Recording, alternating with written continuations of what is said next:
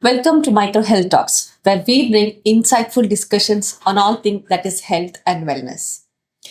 When we think about life's milestones, starting a family could be a major part of it. But the journey of parenthood is not same for all. There could be some unexpected twists and turns in that. And infertility is one among those. So today, here we are about to discuss the what, why, how, the challenges, and the solutions with regard to the advancement in medical science. Joining with us today is Dr. Radwan Faraj. Hello. Doctor is a professor at Qatar University. He's a consultant obstetrician and gynecologist at Al Shain Medical Center, Qatar. Pleasure to have you with us, doctor. We are honored to have you. Thank you very much. I'm also happy to be among you and to talk about very important topics for our couples, current couple, and the future generation. Yeah, so welcome to Micro Health Talks. Thank you very much. Thank you. Doctor, there's a lot of questions that I and the viewers would love to ask and know, and we want you to enlighten us. So before that, let's start with your journey.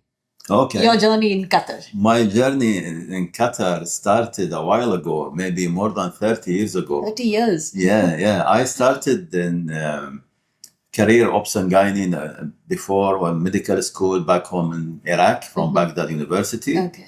After that, I went to Jordan to do the higher qualification, Jordanian board and the Arab board.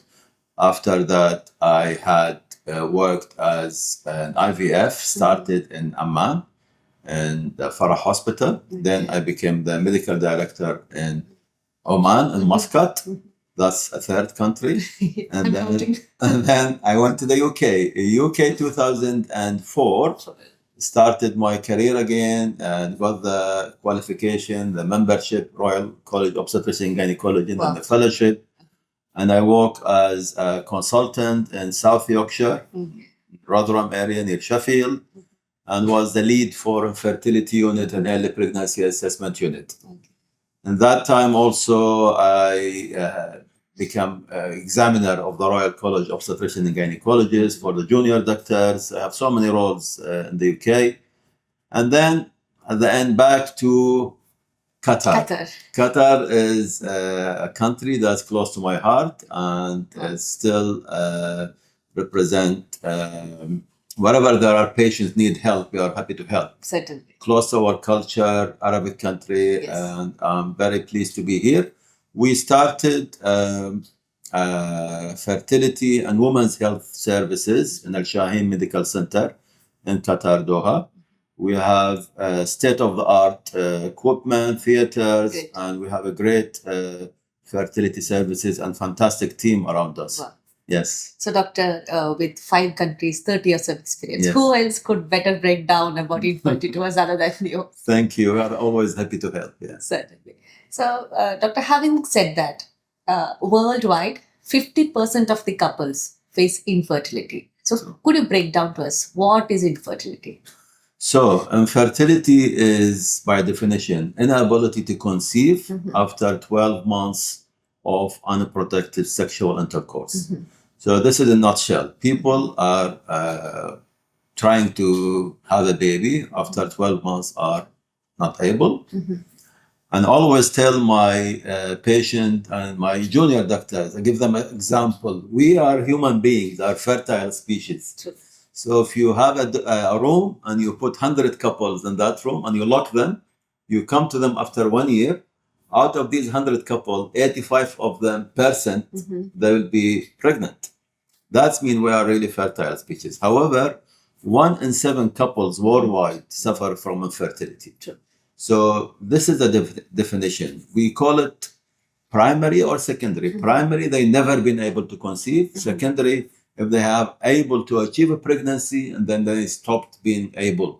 So some people may have achieved 1 child and then suddenly they're not able to get the second child. She had a miscarriage and then years after miscarriage, she is not able to achieve a pregnancy. So there are different reasons and different causes for them. Yeah. So, doctor, speaking about the causes, what are the major causes for infertility? Okay, so the causes can be classified either male factor, female factor, or, believe it or not, unexplained factor. Oh, okay. Yes, so I've seen a couple this morning about unexplained infertility. So the female factor mainly are around 40% or 35% of the cases.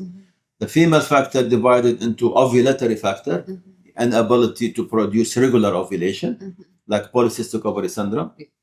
The other one is tubal factor, factor that related to the blockage in the fallopian tubes, like caused by sexual transmitted disease like chlamydia, or we do it like salpingectomy if we remove that tube for ectopic pregnancy, or adhesions or scar tissue around that tube, like condition like endometriosis. And sometimes these are mainly the female factor, and sometimes there are causes like reduction in egg reserve, which is very important topic we need to touch on today, which is again can cause ovulation problem. The psychological factor can also implicate. For the male factor, also coming on increase now these days, around 40% of the cases. Problem in production of the sperm, low sperm count, low sperm motility or activity, or there is no sperm at all. It could be caused by conditions like problem in the signaling hormone from the brain to the testicle, sometimes drug caused, or chemotherapy, radiotherapy, chronic disease. And then the last cause is unexplained. Unexplained is around 15-20% of the couple, believe it or not. They have normal sperm count, they have normal tube, she is ovulating, despite that she's not able to conceive. So why is that? There are some tiny microscopical level causes, we are not aware of them, but to us are unexplained. Yeah. Okay. So with having said that, different kinds of causes, Doctor, like recent days, like we come across some reasons that, or some studies says that lifestyle and diet also causes infertility. Yes. How do you comment on that? Absolutely. Lifestyle and diets are really, you can tailor them to your needs. So either they are being your friends and they help you to achieve conception and pregnancy, or it will be the opposite. So example is our weight and our, what we call it, body mass index and BMI. Okay. We know for sure women who are on the extreme BMI, they have longer journey to achieve a pregnancy. So an example, obesity, when you have BMI more than 30, body mass index, there is problem with ovulation. Okay. They will not be able to ovulate. That can be linked to PCOS, or could be not linked to PCOS, just problem with ovulation. The other extreme is the low BMI, younger women who have body mass index below 17 or 16. Again, they will struggle to ovulate. Example, like when girls have anorexia nervosa, they are not eating well. They have, you can see women when they have stress or exercise or broke up with boyfriend or whatever, they have absent periods. The period will not come. During famine or will be starvation, the period will not come. Call it amenorrhea. So this is one thing, our diet is really important. The other thing is smoking and alcohol. Lifestyle. Yes, excess smoking is detrimental to the sperm quality. The alcohol, exactly the same, affects sperm quality and ovulation. Other things are drugs.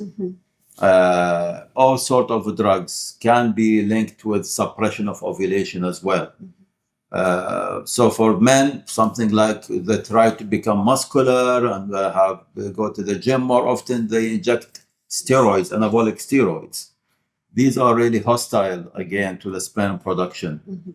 So all in all, healthy diet, Mediterranean diet, believe it or not, have lots of antioxidants and, salmon fish, all these unsaturated fatty acids are really good for proven facts. They are healthier. Okay. Other thing, lifestyle is, as we said, if the couple are living far away from each other. Okay. So if he lives, work in certain country and she is away from them, they see each other once, twice a month. We don't need to be clever to understand that will have reduction in fertility. So yeah, definitely, unfortunately, this is going on increasing. Yeah, so we have to be careful and vigilant about it. having said that, it is the number of rates have been increasing. Certain studies says that, a report according to the year of 2023, the rate of infertility among men has increased drastically to 40%. Yes. Is it true? Yes, That there is are. worldwide study. Yeah, it used to be around 30% causes. Now maybe we're talking about 40%. Male factor in fertility, there is observational studies that they are increasing. And as we said, back to the lifestyle factors, Yes. as I talked about the use of anabolic steroids or more, we have to talk about sexual awareness also, sex education, the safe contraception as well, and use of condoms, because STD or sexual transmitted disease are also on increase, like gonorrhea, chlamydia are causes of STD as well. Sedentary lifestyle, more of this now these days, also will affect sperm production. High BMI, raised obesity, also all increase. And sometimes what we call it iatrogenic factor, that we induce it to our patients by doing certain operations that can have side effect, will reduce fertility as well. So all in all, yes, there is an increase in this. And this is something couple need to be aware about it and to use certain measures to overcome it. Doctor, has it something to do with the age? Like these days, we can see, they push it, like the family planning plays a major role. Yes. So they postpone Yes. planning for a baby. So does it have a role to play in it as well? Yes, definitely. We know for a fact pregnancies, reproductive years of age are 20s, 30s, late 30s or 40s. There is reduction in what we call it egg reserve and egg quality. And moreover, we have more chances of miscarriages, more chances of chromosomal anomalies like Down syndrome as well. So the peak years of reproduction is the reproductive years, as we said, 20s and 30s. So 20s and 30s. Absolutely. But as you're probably aware, most of us are busy, career-oriented, things like that. So what can we do about it, really? I mean, it's something that we have to have a proper family planning, couple discussion among themselves, that which is our priority, which is our family size. Do we need to have 2 children, 3 children? Remember, if you have a child at the age of 36, the moment the child was born, you need to breastfeed the baby, whatever, and then you try for a second child, you may not be able to achieve that. And by that time, you will hit 40. Yes. Okay, so it'll be a second child will be more difficult to achieve. Yeah. Now, whether there are solutions for this apart from proper family discussion, in our specialty in fertility, we do have kind of, in a way, we call it solutions, or we can call it as support for them, is the cryopreservation of the freezing is available. We offer that the gamete freezing, the sperm freezing again.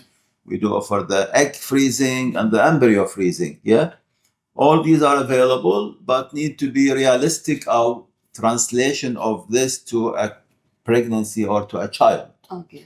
They have success rate. The science had boosted the success rate for egg freezing a lot. But again, having a fresh pregnancy from a normal marital life or whatever is obviously better. So there could be some difference, like proven difference in the normal pregnancy and as we suggested, like after a frozen procedure. Yeah, I mean, in terms of normal pregnancy and IVF with the frozen eggs. Yes. Yes, obviously IVF and freezing the eggs is a process. It doesn't mean once you freeze your eggs that translate to a child. You need to understand it goes to a process. You will have a good chance to have a child. Take home baby is good. But during this hurdle, let's say not all of the eggs are good to be frozen. Not all of the eggs will be fertilized. There is percentage they may arrest, they don't reach pregnancy, and some of them may don't translate to a baby. So it's it's good to do it and good to have it, but have to be realistic. Okay. Once there's a pregnancy from frozen embryos, the chances are really good to have a normal pregnancy like other pregnancies. But we shouldn't forget, as a mother, your chances of miscarriage is higher whenever you grow older in your 40s and things like that. Yeah. Your chances of achieving a pregnancy in earlier or younger age as a pregnancy is much higher, and continuation your journey to have a baby is higher. Higher. Yeah. So, doctor, having said that, all the symptoms and the causes for infertility, doctor, what is the point at which the couples need to be alarmed, or what is the point at which the couple should take steps to prevent about infertility? Okay, that's a good questions. There are specific causes or indications that we as doctors would like to see them earlier. You remember when we said the definition is after 1 year? Yes, yes. Sometimes I want to see them in 1 month, not 1 year. Okay. Yeah. So women who have irregular cycles, they don't see their period every month. This could be a marker for polycystic ovary syndrome. Okay. Women who have significant pain with their periods. They have a lot of pain with period, a lot of pain with sex life. They may have endometriosis and needs to be seen, because we can do some for them earlier treatment. Women who have ectopic pregnancy in the past, like say, because of one tube being removed, their fertility is reduced. Women who are on certain medication, like the pills, or they have a chronic disease like diabetes, we need to adjust that. Men, exactly the same. If they are on certain medications, if they have previous surgery to the testicles or scrotum, if they have less facial hair, we may have some hormonal problem. And if there is family history, we shouldn't forget that some conditions are linked in the families, especially if they have genetic disease or things like that. So there are things that alarm us to see the couple sooner. And probably my advice is to do this fertility check sooner rather than later, because sometimes we see egg reserve is significantly low and the woman is not aware of it. Yeah. Also, if they have previous surgery in the pelvis, they may have adhesion or scar tissue that affect their fertility. So, as you were mentioning about the test, like what are the tests that you would recommend for early detection? Okay. The most important test is age. So they need to know if they are older, the chances of fertility is less. But having said that, we have really promising results with women in early 40s. I have a woman who's 44 years and she is a pregnant, carrying healthy baby. Now she is 8 months pregnant. Previously, I have so many women. So that's happening. Yeah, it's happening as well. There is always a hope. Yes, yes. Regarding the test, seeing a doctor, experienced clinician who have experience and a track record in fertility, not any doctor, to be honest with you, because sometimes we do harm rather than good. For the man, we do semen analysis, simple test. But again, it's not simple as you believe it. It has to be in recognized center who had experience in dealing with sperm samples. For the woman, we do check their ovulation, do a blood test on day 21 progesterone. We check their FSH, LH, which are the hormones for egg reserve, and the anti-Mullerian hormone is very important. That can be done anytime during your period. Just go to the clinic or your doctor and ask for a blood test. We call it anti-Mullerian hormone. And then the ultrasound scan. We do vaginal ultrasound to look at the size of your ovaries. We look at your womb. If there is fibroid, whether it need to be removed or not. These are the basic tests. If she has medical condition like thyroid, we need to check this well controlled, diabetes well controlled. These are the basic things we do, and then we triage our couple accordingly. Okay. Yeah, if there is any problem, we treat it. If there is a need for IVF, we offer them IVF. Yeah. Okay. So it begins with diagnosis. Absolutely. Okay. Absolutely. So we have discussed about all the causes, and we have reached till the diagnosis. Yeah. Now let's come to the solution, doctor. Okay. Yeah. So with these years of experience, with that all the advancement you've witnessed in the medical science, Yes. what are the solutions that you would recommend, or what are the solutions that you are been practicing? Okay, solution depend on the cause, obviously. Okay. It depend on the reason for their delay or their fertility. But always I look at my couple and tell them there is always a hope. Certainly. And we need to have this confidence in themselves and their treating doctor. Okay. Example for solution is, first of all, is sometimes just timing their, adjusting their life with losing some weight, or gaining some weight, certain vitamins, medication, you have to have supplement, folic acid, other things that before pregnancy. And the other thing is stimulation of the ovaries. We call it ovarian stimulation, ovulation induction, and that will help to time with the intercourse. The third solution is intrauterine insemination. We stimulate the ovaries, and then we take the sample from the gentleman and we inject that into the uterus. And the final one is IVF, in vitro fertilization with ICSI. ICSI is injection of the sperm into the egg. This is more advanced than IVF. Now, this is part of the problem, obviously. Certain conditions need to be treated differently. Polycystic ovary syndrome. There are also other treatment apart from injections to stimulate the ovaries. There is surgical cause. We can do laparoscopy, keyhole operation, and do diathermy of the ovaries. That means some holes, cautery, and that help to ovulate. If we think women have endometriosis, we can do surgery, we can do laparoscopy, keyhole operation, and we treat and remove any endometriotic spots, remove the adhesions, improve the chances of pregnancy.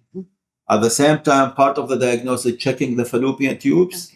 We can do the hysterosalpingogram, which is an X-ray. You can done here or any other radiology place, and checking the tubes are open. Or we can do it with the laparoscopy, checking the fallopian tubes. How about fibroids? Fibroid, yeah. Fibroid is obviously is a benign tumor of the womb.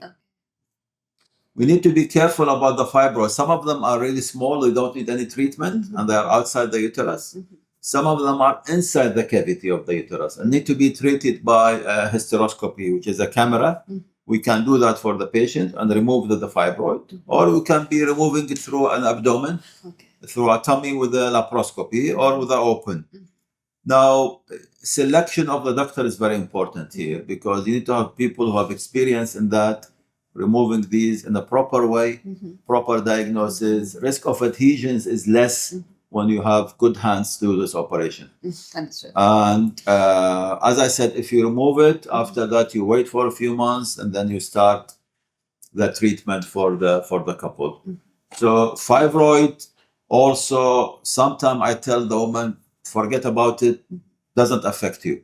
Or I tell her, I have to remove it for you because it can increase your chances of miscarriages and it will not lead to healthy pregnancy, your failure of implantation.